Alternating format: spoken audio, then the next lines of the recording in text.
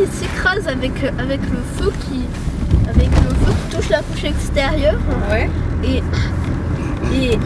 un squelette projeté qu'on avait pris le temps de cacher au préalable. C'est quoi le truc que tu nous as dit hier dans la voiture? Tout vide dans les chiens.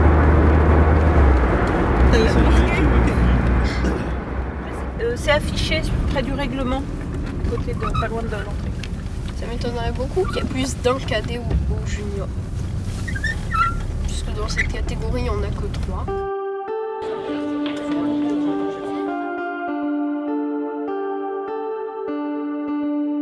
Alors cet événement-là, qui est un des événements majeurs de la Ligue d'échecs du Languedoc-Roussillon, c'est le championnat régional des jeunes.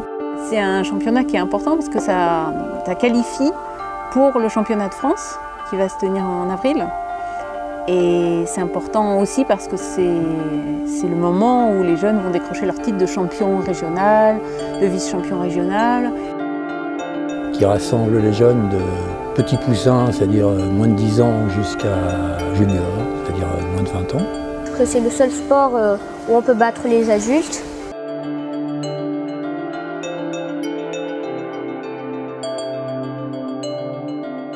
Mais là, c'est la compétition. Voilà. La pratique d'un sport de compétition, c'est très utile pour la formation des jeunes, et je pense de plus en plus. Le monde est de plus en plus compétitif.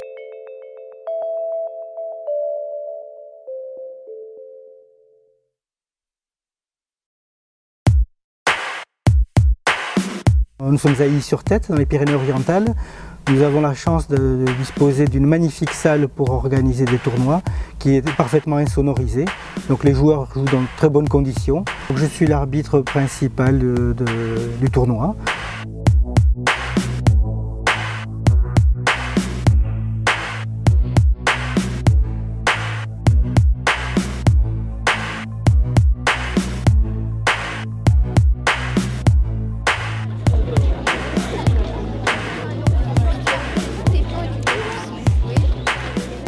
Regarde ça, laisse pas. Tu veux les voir tellement chaud.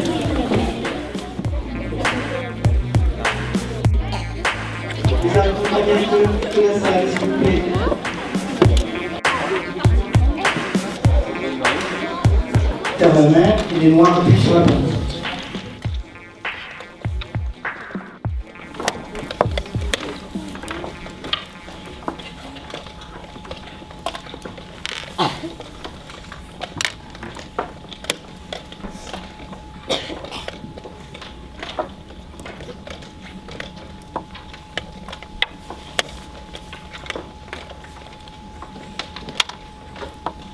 Est-ce que tu penses qu'il y a des parents qui ont plus la pression que les enfants?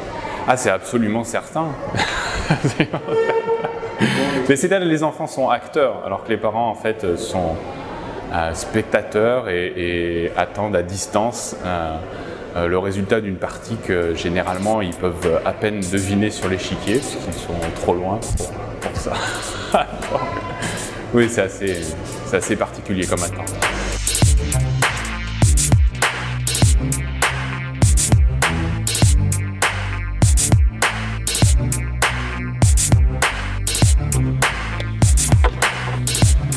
Alors chez les enfants, souvent ils nous appellent pour nous dire que la partie est terminée et ils nous demandent de venir constater qu'il y a un mat. Chez les adultes, ça n'arrive pas, ou même déjà les plus grands ne le font pas, ils se débrouillent seuls. Alors ça peut être un problème technique, la pendule n'ajoute pas de temps, est en panne. Et puis aussi, bon, mais mon adversaire a joué telle pièce, il n'a pas le droit, ou il a joué et puis il est revenu sur son coup. Voilà, donc il faut faire preuve de diplomatie, de bon sens.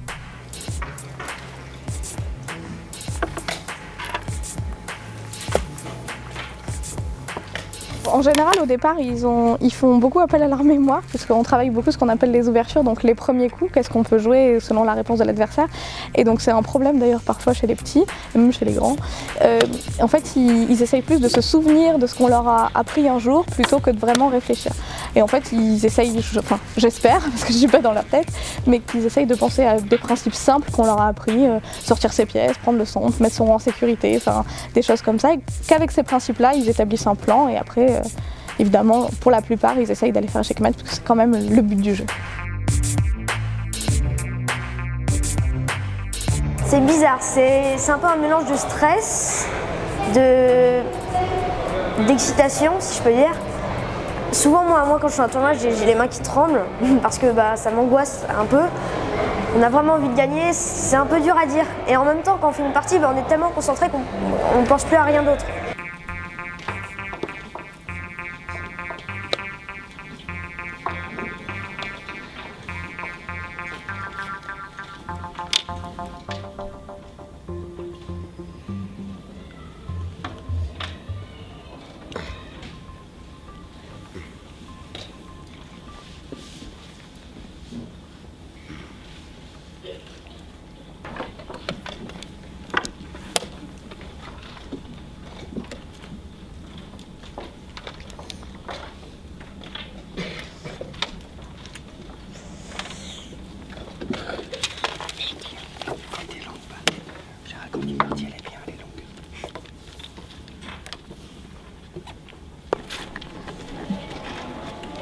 Bravo.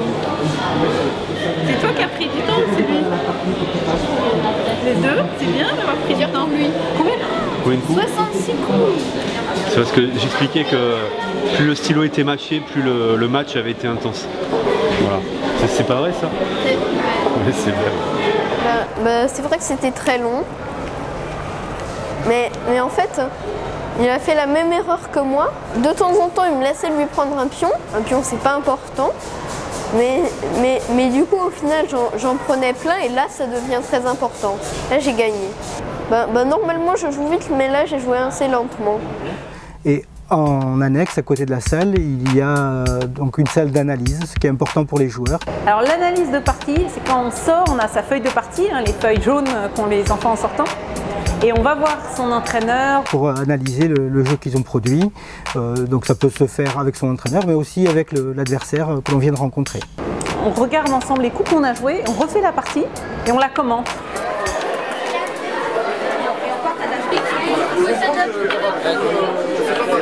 J'analyse ma partie. Combien de temps as joué ta partie? 2h30, quelque chose comme ça. Comment tu te sens quand tu termines une partie aussi longue? J'ai mal à la tête, très mal à la tête. Et je voulais le gagner, mais j'ai perdu, c'est la vie. Tu avais déjà joué contre cette fille-là? Oui. Et la dernière fois? J'avais perdu. Tu vas rejouer demain? Oui. Bonne chance, Lisa. Merci. Et ce matin, ma partie a duré 3h30, je crois. Sans pause? Sans pause. Ma plus longue partie, je crois que c'était 4h30 ou 5h. Waouh. Des amis? Oui, j'en ai plein ici. D'ailleurs, ils sont tous très sympas, je les adore. Et ce qui est bien, c'est qu'ils sont tous toujours là pour m'encourager. Et ça, franchement, ça me fait vraiment plaisir.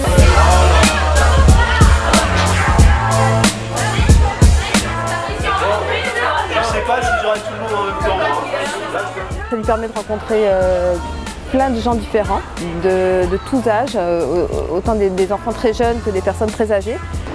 Parents de joueurs d'échecs, c'est beaucoup de week-ends à partir à droite et à gauche avec ses enfants. Donc il peut jouer avec des adversaires extrêmement différents et surtout il se fait des amis partout où il va, il se fait des amis en fait. Et à passer des très bons moments avec une communauté, avec plein de gens qui en fait se retrouvent très souvent. Et donc on passe du bon temps en attendant que nos enfants s'étrillent sur l'échiquier. En vrai, on continue notre partie, même si on est potes. Le Gambi maghrébin. Je prends le cavalier? Oui, tu prends le cavalier. Mais non, mais après, il fait... Ton match, Ellie, de ce matin, tu as gagné? Non, j'ai perdu. Pourquoi tu as perdu? Ok, je sais pas. Tu me bats des pions. Je sais pas, j'ai fait des boulettes. Souvent, je joue au blitz à 4. C'est nul ça, ouais. T'as pas énormément de cash quand même. Cavalier m'attend. Cavalier m'attend. Excellent, excellent. C'est à moi. Ah putain, mais joue. Là, tu... T'as pas un cavalier? C'est qui a un cavalier? Ah, mais t'as les deux. Ah, t'as les trois. Oui, cavalier m'attend. Tiens, hop.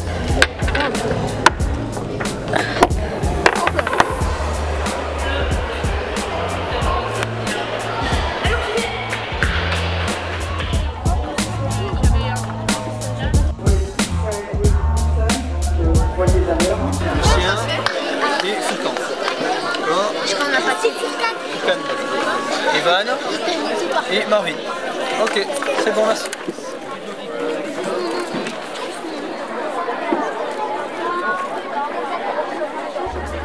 Moi personnellement, je me sers beaucoup du jeu d'échecs pour leur apprendre des valeurs de la vie, parce qu'il n'y en a pas beaucoup qui feront ça de leur métier en joueur ou en entraîneur. Donc il faut se servir de ça pour leur apprendre des choses au quotidien. Donc nous, on est beaucoup axé sur le respect. Donc en fait, avant de commencer une partie d'échecs, on se serre la main pour se dire bonne partie, bonne chance, enfin, voilà. Et quand c'est fini, qu'on ait perdu ou gagné, on serre la main de son adversaire. Ça marque le début et la fin de la partie et nous on leur explique que c'est une marque de respect vis-à-vis de l'adversaire. On ne part pas en laissant ses pièces sur l'échiquier et en partant au courant sans dire au revoir ou sans remettre ses pièces. Voilà, c'est vraiment du respect. On ne doit pas parler lors d'une partie. On ne doit pas être menaçant, par exemple. On ne doit pas essayer d'intimider son adversaire. Mais même sans parler, on peut observer parfois des joueurs qui arrivent et qui ont une attitude un petit peu supérieure, un petit peu suffisante. Voilà, ça n'a rien à faire lors d'une rencontre échiquienne. Si on pense que l'adversaire y réfléchira longtemps, on a le droit de se lever. Bah en fait c'est comme pour évacuer le stress en fait je pense parce que avant les parties, déjà s'asseoir pendant tout ce temps, pendant 3 heures ou 3h30, c'est très difficile voire impossible. Donc beaucoup de joueurs se lèvent et puis pour beaucoup de joueurs c'est très important de voir ce que font ses coéquipiers. Donc c'est pour ça qu'il y a beaucoup de personnes qui se lèvent. Moi personnellement j'essaie de me lever de moins en moins parce que ça me déconcentre. C'est normalement interdit de se parler puisqu'il peut y avoir des suspicions de triche ou quoi, donc quand les enfants se lèvent, ils sont censés parler à personne et ils sont censés être concentrés sur leur partie. Alors ils ont le droit de se lever parce qu'il faut savoir que rester 4 ou 5 heures assis sur une chaise devant un échiquier, il y a des moments où on a besoin un peu de se lever et d'évacuer parce qu'on est stressé ou parce que quand on reste devant on continue de réfléchir et après on pense à n'importe quoi. Donc ça c'est autorisé mais normalement ils doivent rester silencieux et concentrés.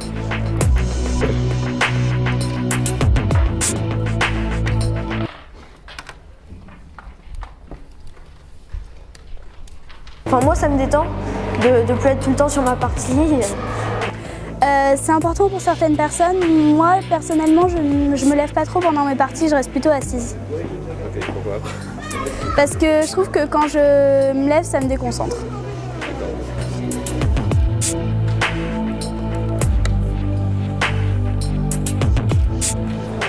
Bah ouais, mais bon, en même temps, il y a un petit côté masochiste alors à le faire, mais on le fait toujours. Ouais, c'est stressant, ouais.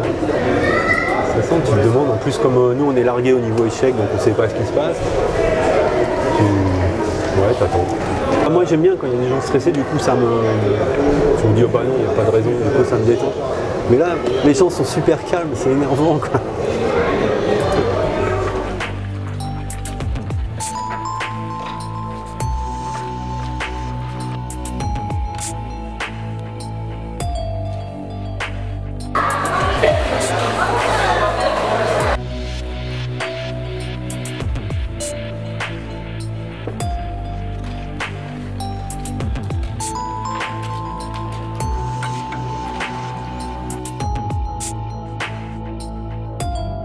J'essaye de trouver une tactique pour gagner une pièce ou absent ou même avoir un avantage de position.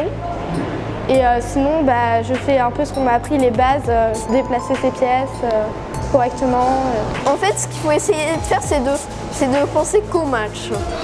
Et toi, t'y arrives? En général, oui. Mais c'est dur. C'est sûr, en fait, on n'est pas concentré à 100% dans la partie, on pense à d'autres choses des fois et c'est ça qui permet aussi malheureusement de faire des erreurs. Si, parfois je pense à autre chose, mais vite fait. Ce que je ferai après ou... Moi, j'ai des fois une chanson que j'ai dans la tête, que j'ai écoutée juste avant des fois. Et je l'ai dans la tête et ça m'aide à me concentrer. Puis après, quand je réfléchis à mes coups, je réfléchis et du coup, je pense pas à autre chose vraiment.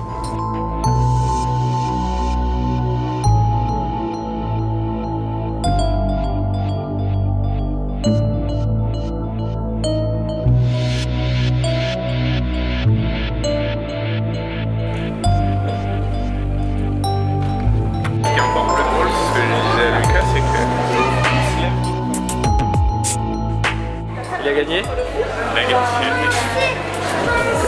T'as pas trop stressé pour ce match? J'ai énormément stressé comme toutes les parties. T'en as encore 2 qui jouent? J'en ai encore 2 qui jouent, mais eux ils commencent juste donc.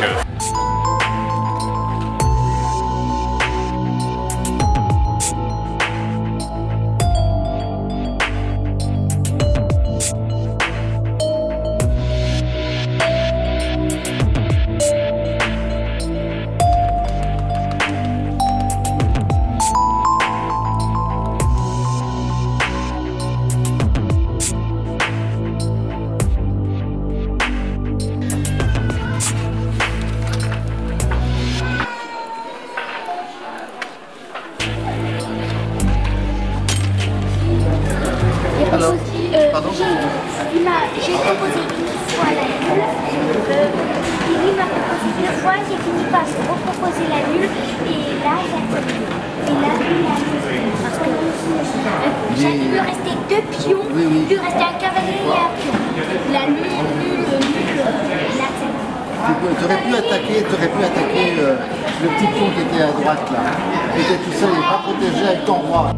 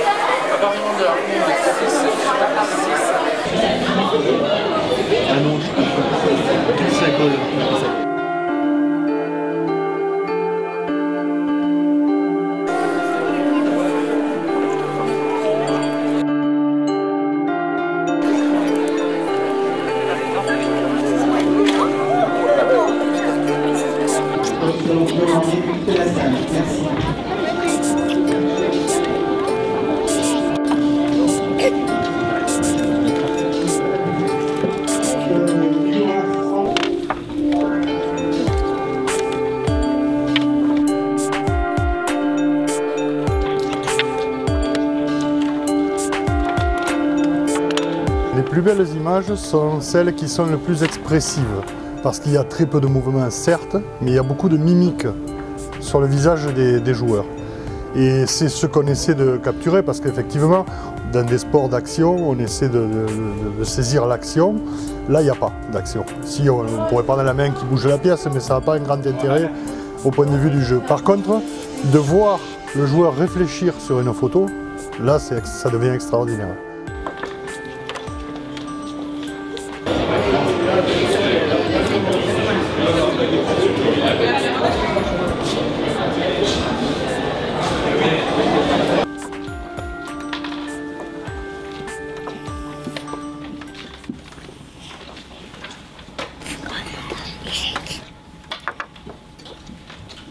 On a le droit aussi de dire échec. C'est pas une obligation, mais quand on met le roi juste en échec, certains enfants le disent, certains d'autres sont plus malins et le disent pas, puisqu'en fait, au bout de 2 coups interdits, donc ce qu'on appelle des coups illégaux, par exemple, donc laisser son roi en échec, puisque c'est absolument interdit au jeu d'échecs, on a perdu la partie. Donc certains ont trouvé l'astuce de pas dire quand il y avait échec, en espérant que l'autre joue autre chose et pouvoir gagner comme ça. Ça arrive notamment chez les petits poussins où ils regardent pas forcément ce que fait l'adversaire, et j'ai vu plusieurs parties déjà dans le championnat perdues comme ça. Mais normalement, c'est les seuls mots qu'on a le droit de dire.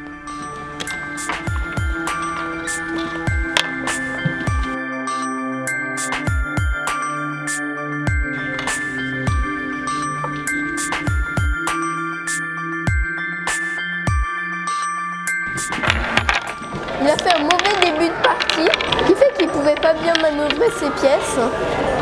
Du coup, je lui en ai prise plein, ça fait qu'il a perdu. Bravo Marie.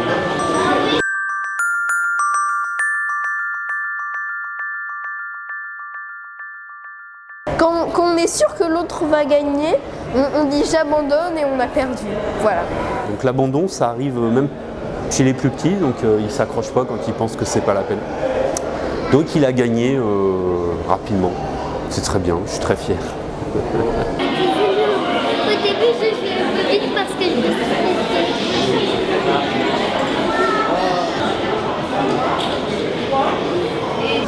La deuxième colonne, c'est qui c'est. Ensuite, sur les couleurs, c'est écrit ici. Le rose, c'est champion régional, c'est moi. Le jaune, c'est qualifié pour le championnat de France, mais pas champion régional. Et là, les verts, ils vont faire des parties en cadence rapide, comme un mini tournoi en cadence rapide. Et le gagnant, il va aussi être qualifié. Il est 13h30, les 7 rondes ont eu lieu. Une bonne partie des joueurs sait déjà les résultats dans sa catégorie. Alors il y a certains champions qui sont déjà connus. On est content pour les champions, tout le monde ne peut pas l'être, mais on est content pour ceux qui ont joué, qui ont progressé pendant ce tournoi en analysant leur partie. Et voilà, je suis contente pour Marvin bien sûr, qui est champion poussin. Donc en ce moment, tout le monde est en train de ranger la salle parce qu'en fait, donc va y avoir les départages qui vont avoir lieu. Donc les championnats sont finis, chaque enfant sait s'il est qualifié ou non. Et donc il y a juste quelques cas particuliers, c'est qu'en fait, donc il y a deux types de choses qui se passent. Donc on va avoir ce qu'on appelle les départages pour le titre de champions régionaux. Donc ceux qui ont fini ex aequo avec le même nombre de points, mais en fait, on ne peut pas savoir qui va finir premier ou deuxième. L'ordinateur fait un classement, mais nous on trouve ça plus juste que ce soit les enfants qui le fassent sur l'échiquier. Donc ils vont jouer ce qu'on appelle des blitz, des parties très rapides. Une fois avec les blancs, une fois avec les noirs chacun. Et le vainqueur des deux parties sera champion régional. Et l'autre sera deuxième. Et après, il y a les blitz de départage pour les places qualificatives. Puisque dans chaque catégorie, il y a un nombre de places pour le championnat de France. Et parfois, il arrive que, par exemple, dans une catégorie où il y aurait 4 places, les 3 premiers sont qualifiés sans départage. Et après, ils sont 5 ou 6 avec le même nombre de points pour une seule place. Donc là, même système, il y aura des départages avec une fois les blancs, une fois les noirs, pour savoir qui obtient cette dernière place.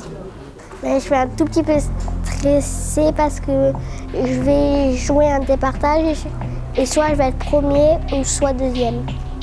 Vous jouez la qualification, en plus il y en a une des deux qui va être qualifiée. Non, c'est une de qualification. Ah, vous jouez le titre? C'est juste le titre. Il y a beaucoup de tension, beaucoup de pression, parce qu'en fait les enfants, donc pour les plus grands, jouent depuis mercredi, les plus petits depuis jeudi, et en fait ils se sont battus pendant 3 ou 4 jours, ils ont fait tout ce qu'ils pouvaient, et là donc ils vont venir jouer les blitz de départage, et le problème c'est que c'est un petit peu cruel, parce que c'est des parties très très rapides, et donc à la moindre petite erreur ou le moindre coup illégal, ils perdent tout de suite la partie, et ça met un peu en l'air tout le travail qu'ils ont fait pendant 3 ou 4 jours.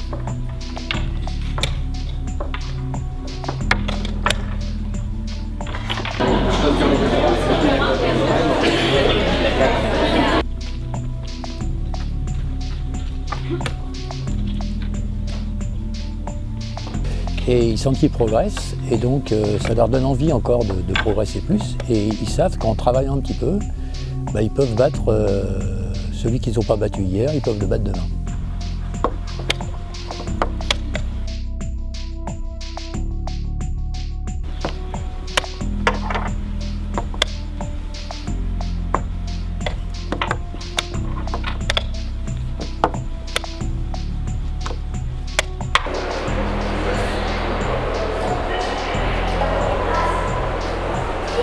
Pour l'avoir donc vécu, je pense qu'il ne faut surtout pas sous-estimer le côté psychologique aux échecs. Et notamment chez les plus petits, où en fait pour la plupart ils découvrent le stress, la pression pour la première fois, ils n'ont jamais vraiment eu ça. Et du coup il faut les rassurer, ils ont peur de perdre, ils ont peur de mal faire, parce que beaucoup jouent pour leur entraîneur, donc du coup ils sont tristes quand ils ont perdu, mais parfois plus tristes pour nous que pour eux-mêmes. Du coup voilà, j'essaye de... En plus en étant une femme, c'est parfois plus facile, puisqu'il y a beaucoup d'entraîneurs hommes. Les enfants viennent plus facilement se confier et parler de ce côté-là que du côté technique.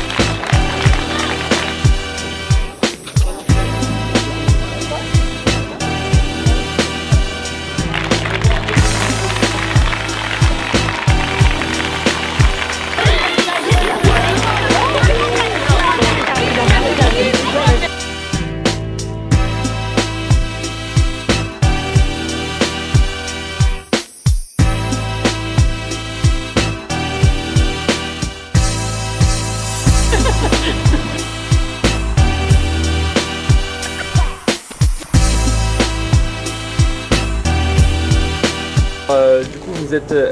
Dites-moi n'importe quoi. N'importe quoi. N'importe quoi. N'importe quoi. Alors, je dois te dire un tout petit truc.